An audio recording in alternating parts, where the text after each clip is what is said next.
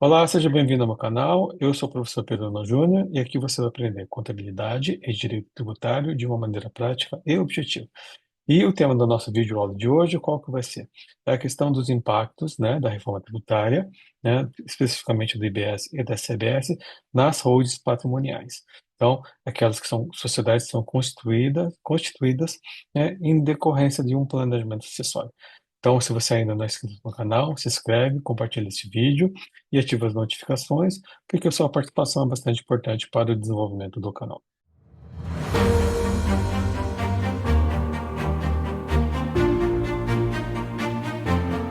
Então, qual que é o objetivo dessa nossa videoaula? É falar dos impactos da CBS e do IBS. Os tributos foram criados com a reforma tributária para substituir o ISS, ICMS, PIS/COFINS e IPI nas holdings imobiliárias, né? Naquelas sociedades que são constituídas decorrente de um planejamento sucessório. Então, qual que é o impacto da CBS e da EBS nas holdings imobiliárias, né? Então, esse é o objetivo da nossa videoaula. Então, qual que é a pergunta que se faz, né? Que muitos têm dúvida, muitos estão pensando em relação a isso e têm esse questionamento em virtude da reforma tributária. Ainda é vantajoso ter uma holding imobiliária, ter uma holding patrimonial que tem lá nos seus ativos os imóveis, né? Então a gente não pode esquecer, né, que essa holding imobiliária não é criada simplesmente para economia tributária. A economia tributária é um, né, meio, né, faz parte da sua constituição, mas ela é um instrumento de planejamento sucessório e proteção patrimonial. Então a holding imobiliária, né, ou a holding patrimonial, ela acaba sendo uma das etapas, né, da realização de um planejamento sucessório e patrimonial. E para que a gente possa responder essa questão, a gente tem que analisar os impactos tributários na sociedade decorrentes da criação da CBS e da IBS. Então, antes de a gente poder falar da questão tributária, vamos falar, né, relembrar um pouquinho a questão de planejamento sucessório e patrimonial. Então, é, já tem vídeo aula sobre isso aqui no canal, né? Então, vale a pena você olhar para poder se inteirar no assunto. Mas, né, como eu já comentei nessas videoaulas, o planejamento sucessório e patrimonial, para que ele possa ser implementado, ele tem etapas que devem ser realizadas. Então, depois de feito todo estudo, feito toda análise, e chegado na conclusão que vou fazer um planejamento sucessório, eu, como fundador de empresa, eu, como família, e pretendo profissionalizar nessa empresa para poder preparar ela para ser assumida pelos herdeiros, pelos sucessores, então eu tenho que fazer etapas para poder realizar esse planejamento sucessório. Então, uma das etapas qual que é? Os antigos gestores deixam de fazer parte da administração da sociedade e vão para o conselho de administração, ao qual eles vão pensar em questão estratégica. Eu vou criar acordo de acionistas para estabelecer, em caso de empate, né, e se eu não tiver maioria ou maioria qualificada, como é que eu vou resolver isso, né? Então, eu estabeleço através do acordo de acionistas. Vou criar um protocolo familiar, ao qual eu vou estabelecer aquela questão de valores, né, de projetos que a sociedade vai ter, como é que fica a questão da sucessão, como é que fica a questão, né, do ingresso do herdeiro na sociedade, se tem que ter experiência, tem que ter experiência. Então, tudo isso eu vou colocar isso no protocolo familiar. Vou também criar um código de conduta, que eu vou estabelecer algumas regras, né, que não é um documento que tem valor legal, esses dois, mas tem o valor moral, que as famílias acabam criando, que é lá que você estabelece regras, né, de conduta e como foram estabelecidas pelos fundadores, pelos familiares, né, existe um compromisso de que isso seja cumprido. Não que isso não possa ser questionado no eventual disputa judicial, mas acaba evitando, minimizando eventuais discussões se a coisa não está muito clara, se a regra não está clara. Estabelecer rotina de reuniões, assembleias entre os sócios acionistas, porque existe uma transição entre o fundador se afastar da sociedade, os herdeiros assumirem, ou a gestão profissional assumir. Então, e precisa criar essa rotina de reuniões, assembleias entre sócios acionistas, porque esses fundadores que deixam de ser administradores possam ser conselheiros da sociedade. E, como etapas também, para a implementação de um planejamento sucessório patrimonial, nós temos a criação de holdings familiares. Então, a criação e constituição de holdings familiares também, né, é uma das etapas, né, da realização de um planejamento sucessório. Então, não é só fiz uma holding familiar, uma holding patrimonial e fiz o planejamento sucessório patrimonial. Tem que fazer todas essas etapas, né, para poder ele ser implementado, ele começar a vigorar. Estudo de outras fontes de recursos para os grupos familiares também faz parte de uma das etapas do planejamento sucessório patrimonial, contratação de gestores profissionais, né? Se eu verificar que os herdeiros não têm perfil, não querem trabalhar na empresa, mas eu quero que o negócio continue dando frutos, rendimentos e possa gerar recursos para poder bancar as famílias, eu vou procurar a contratação de gestores profissionais para poder trabalhar no meu negócio. E vou contratar auditoria externa, que é uma das etapas também, para poder dar transparência, dar segurança, né? Já que os herdeiros não estão trabalhando ou parte vai trabalhar, para que aquela informação do qual é o lucro da sociedade, qual que é a condição financeira da sociedade, né, tenha alguém fiscalizando e eu vou fazer através da auditoria externa. É lógico que a auditoria ela não cobre 100%, não garante 100%, mas é uma fiscalização que eu estou criando para que, né, ninguém faça nada de errado e possa prejudicar os herdeiros da sociedade. Então, essas são as etapas, né, de realização e implementação do planejamento sucessório e patrimonial, e a criação de holdings familiares faz parte, né, de dessas etapas. Então, né, no estudo, pode chegar à conclusão que vale a pena criar uma holding patrimonial para cada família, para que eu possa separar, né, a pessoa física da empresa operacional e crie uma sociedade no meio dela para que as questões familiares sejam resolvidas na holdings familiares, né? E com tudo isso, o que que eu consigo, né? Qual que é o objetivo final que eu consigo após a implementação do planejamento sucessório patrimonial? Viabilizar a continuidade e perpetuidade do negócio, dar tranquilidade aos sócios, administradores e grupos familiares, valorizar o negócio, porque o negócio, quando ele está profissionalizado, tem auditoria, a tendência é ele valorizar. Então, né, se eu tenho a intenção de vender ou vender parte do negócio, ou atrair algum investidor, eu consigo isso através dessa realização desse planejamento sucessório patrimonial. Redução de eventuais contingências, porque com a auditoria lá e com a profissionalização, a tendência é que coisas inadequadas ou práticas não adequadas tendem a diminuir, tendem a reduzir ou assumir, desaparecer, porque eu quero um negócio transparente, porque eu estou implementando governança corporativa. Possibilidade de atrair investidores para o negócio, que eu já comentei, e dar melhor visibilidade e rentabilidade do negócio. Então, eu, como herdeiro, acionista, não trabalho no negócio. A hora que eu vejo aquela informação financeira, o balanço e o lucro, eu tenho conforto e segurança que aquilo está sendo fiscalizado por alguém através da auditoria, através de uma gestão profissional, através de regras de governança corporativa. Então, isso tudo que é importante. Então, esse é o objetivo de um planejamento social patrimonial. E a holding patrimonial, né, holding familiar, é uma das etapas da implementação desse planejamento sucessório patrimonial. Então, e algumas questões que eu já falei, já tem vídeo sobre holding, né, precisam ser esclarecidas, né, porque muita gente acha, ter holding, eu tenho incentivo fiscal. Então, existe uma tributação específica nas holdings, né? Então, essa é uma questão. Quais são as vantagens tributárias das holdings, né? Então, qual que é a vantagem? Só simplesmente eu faço a holding, está tudo ok? Não, tem que analisar qual que é a melhor opção tributária, qual que é a melhor caminho que eu tenho que chegar, e ela pode ser utilizada como instrumento de planejamento acessório, como a gente viu, sim, é uma das etapas do planejamento acessório e patrimonial. Então, para responder essas questões, né?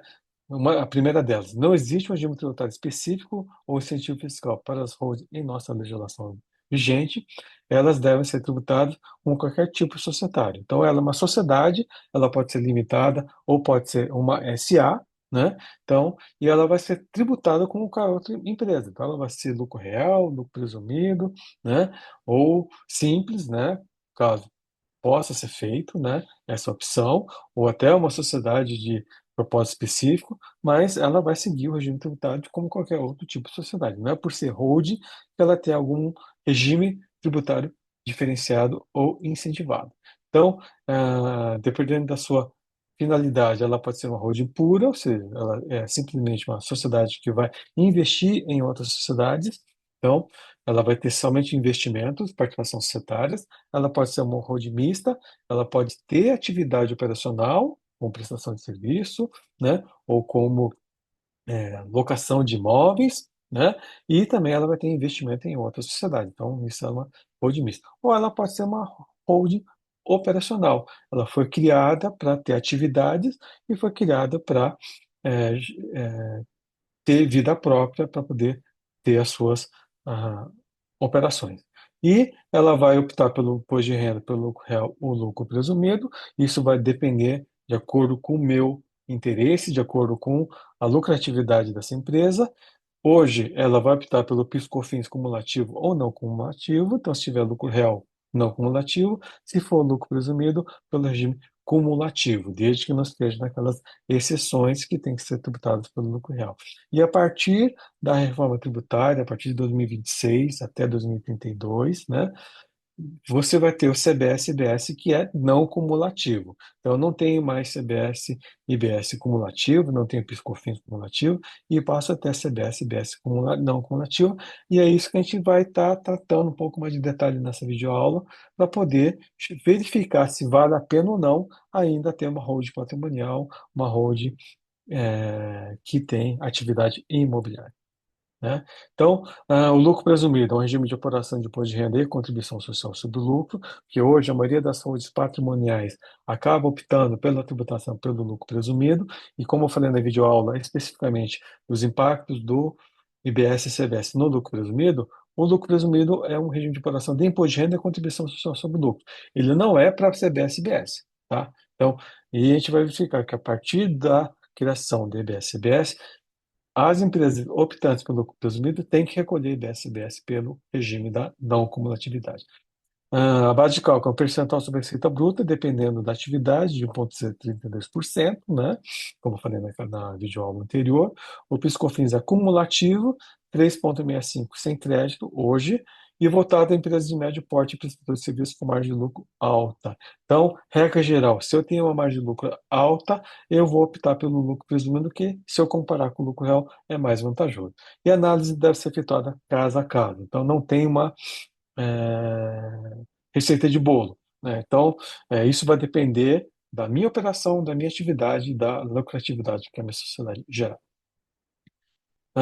E aí a gente vai comparar, né, hoje, qual que é a tributação do lucro real, lucro presumido pela sistemática atual. Se eu tiver no lucro real, eu vou ter imposto de renda de 25%, 15% de IR mais 10% adicional, dá para ultrapassar a R$ 240 mil por mês, por ano, ou R$ 60 mil por trimestre, contribuição social sobre o lucro de 9%, PIS de 1,65%, COFINS de 7,6%, dando uma carga tributária total de 43,25%. Lembrando que imposto de renda e contribuição social incide sobre lucro, PIS/COFINS, eu tenho direito a crédito, então eu vou tributar somente o valor agregado.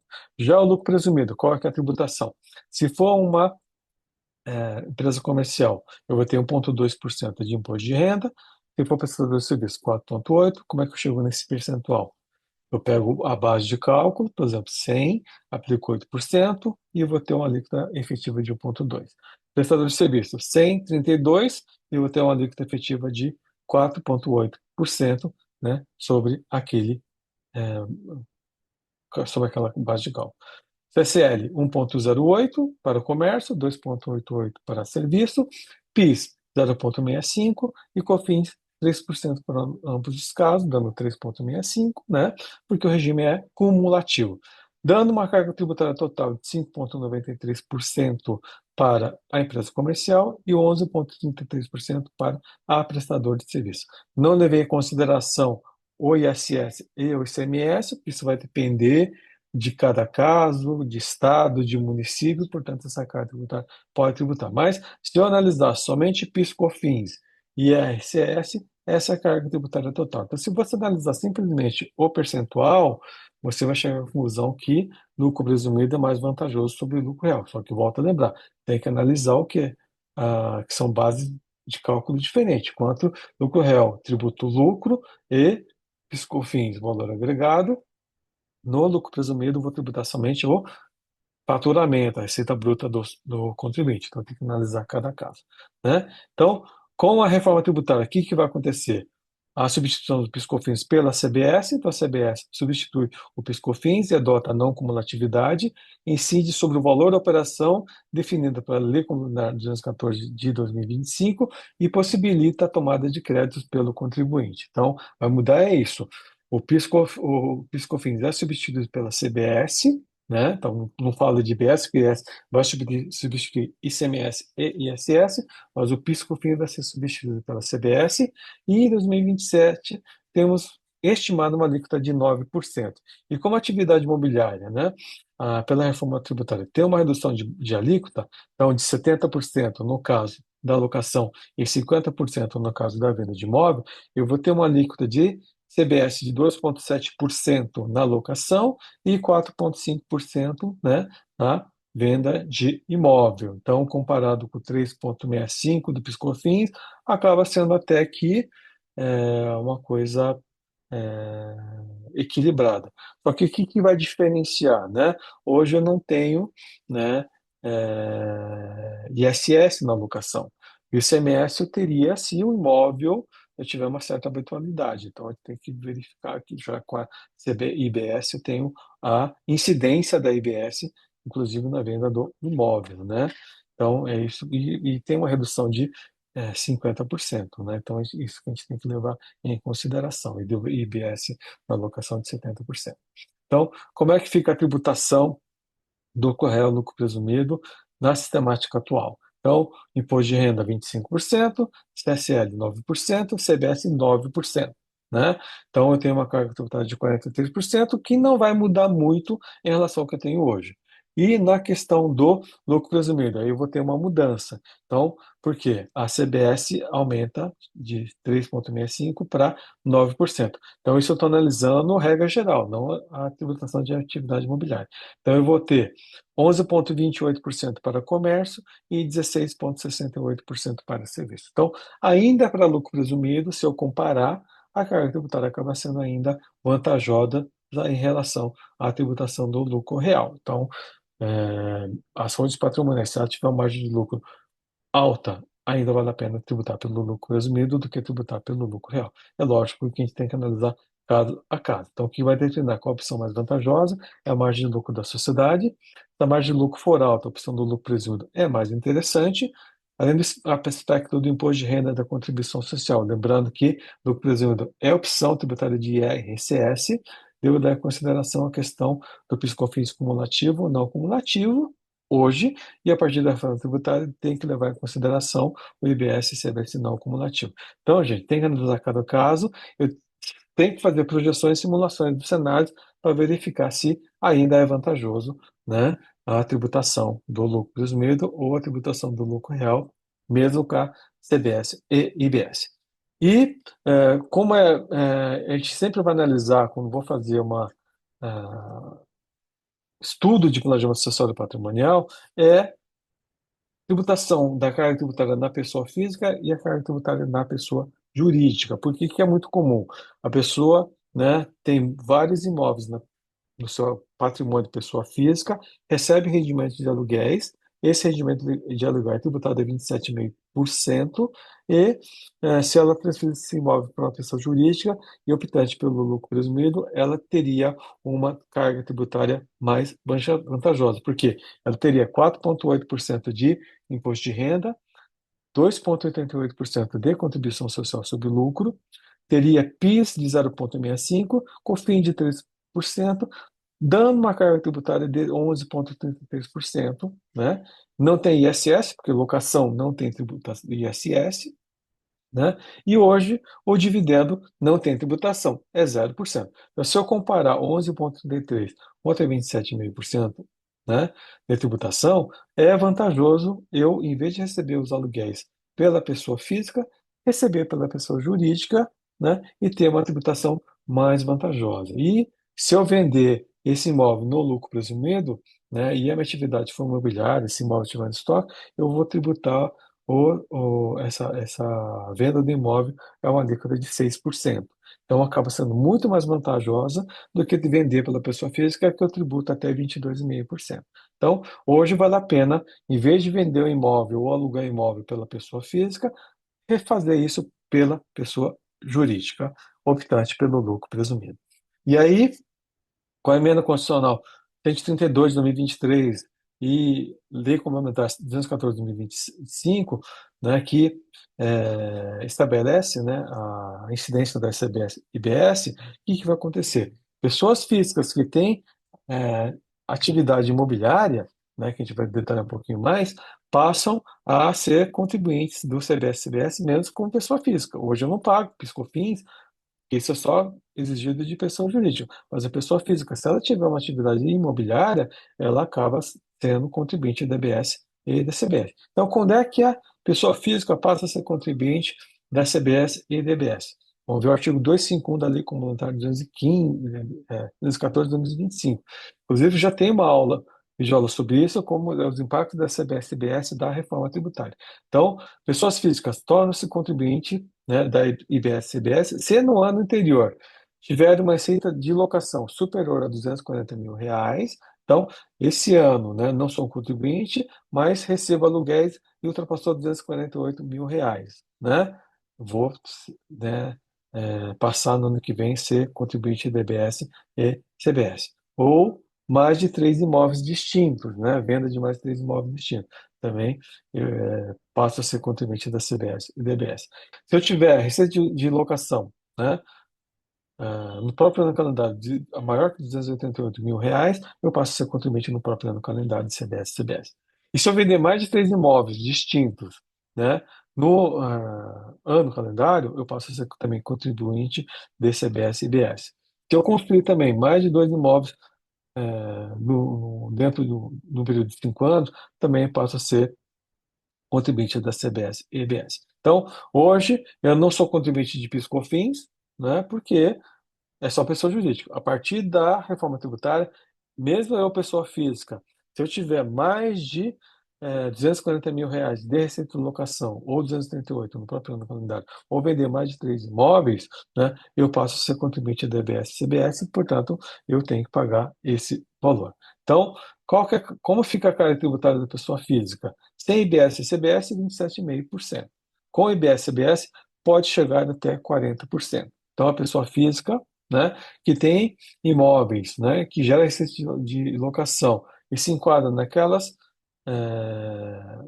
opções passa a ser contribuinte do IBS-CBS, ela vai ter uma carga tributária de 40%, né? Então, vamos comparar essa carga tributária da pessoa jurídica do lucro presumido hoje e do lucro presumido, né, com a CBS e CBS. Então, hoje, qual que é a carga tributária da pessoa jurídica tributante pelo lucro presumido e se for uma holding imobiliária? Ela vai ter 3,65% de PIS/COFINS, 7,68% de imposto de renda e contribuição social, não estou levando em consideração o adicional, mas se tiver adicional 10% da parcela que ultrapassar R$ 60 mil, e não tem IBS-CBS, não tem hoje tributação sobre dividendo, e eu vou ter uma carga tributária total de 11,33%.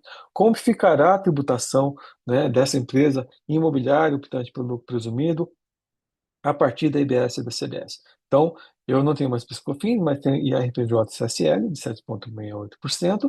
Vou ter uma carga tributária de IBS-CBS aproximada de 8,4%. Estou estimando 27,5% de IBS-CBS, com redução de 70%, vai ficar com 8,4%. Vou ter, né, se o PLP 1084 for aprovado, uma tributação na fonte de 10% de dividendo e vou ter uma carga tributária total de 26,8%. Então, eu tenho um aumento de carga tributária, né, com a IBS e CBS, por força da tributação do dividendo e por força, né, do aumento da alíquota do IBS e da CBS. E comparando, né, a carga tributária da holding imobiliária com a pessoa física, como é que fica? Então, se essa pessoa física tem atividade imobiliária, ou seja, vendeu mais de 3 imóveis, tem uma receita de locação superior a R$ 240 mil ou 238 no próprio ano calendário, ela tem uma carga tributária de 40% contra 26,08% da pessoa jurídica. Então, nesse caso, ainda vale a pena você ter uma holding imobiliária do que ter a tributação da pessoa física. Se fosse atividade imobiliária, pessoa física 27,5%, pessoa jurídica 26,0,08%. Ainda assim vale a pena, né? O que que eu tenho que levar em consideração aqui? O adicional do imposto de renda, se tiver, e, né, os custos de poder manter a sociedade. Mas lembrar, a holding imobiliária patrimonial, ela faz parte do planejamento sucessório, portanto, valeria a pena, porque além de você ter uma carga tributária ainda vantajosa, mesmo que seja pequena, né, você tem a questão da proteção, né, que você está criando, né, para os seus herdeiros, para a sua família e para a empresa operacional, né? Concluindo essa videoaula, né, o que que a gente pode falar? Que as holdings patrimoniais imobiliárias, elas são importantes porque é uma das etapas, né, do planejamento sucessório e patrimonial para as empresas familiares, né? E possui vantagens tributárias que devem ser exploradas, e mesmo com a reforma tributária, com a implementação do IBS-CBS, ela continua sendo uma opção para ser avaliada, né? Volto a dizer, isso não dá para dizer que é uma receita de bolo, tem que analisar cada caso e verificar se realmente vale a pena fazer. Então, eu não vou levar só em consideração a questão tributária, tem que levar em consideração também qual que é o objetivo da minha família, o que que eu quero fazer, né, com a constituição dessa saúde patrimonial. Então, ela é uma das etapas. Então, é isso que eu queria falar na videoaula de hoje. Espero que você tenha gostado dessa videoaula. Se gostou, compartilhe esse vídeo, dá o seu like, né, ative as notificações, que a sua participação é bastante importante para o desenvolvimento do canal. Obrigado, até a próxima.